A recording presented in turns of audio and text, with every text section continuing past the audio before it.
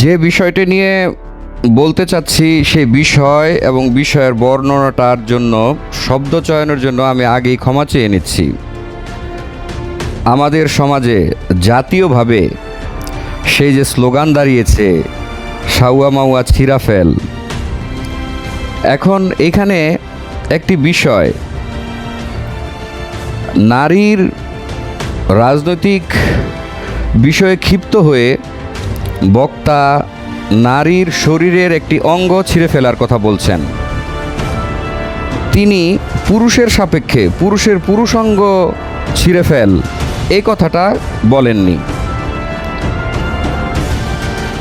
সেই বক্তব্য প্রদানকারী একটি নির্দিষ্ট ধর্মের, তার কথার অর্থ কি এই যে সেই ধর্মটা নারীর অবমাননাই করে থাকে, নাকি তিনি ধর্মটাকে বিকৃত করে চলেছেন?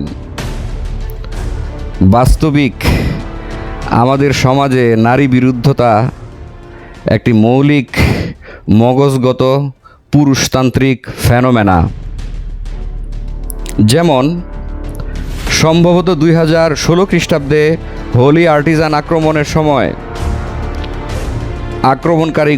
আক্রমণকারী জঙ্গিগণ স্পষ্ট উচ্চারণে বলেছিল আমাদের টার্গেট নারীদের হত্যা করা, বিশেষ করে বিদেশি নারীদের হত্যা করা।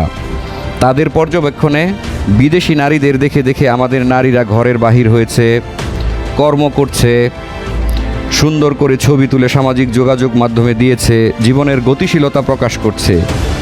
এই বিষয়গুলো তাদের মনে সেই পুরুষ সন্তানদের মনে জ্বালা ধরায়।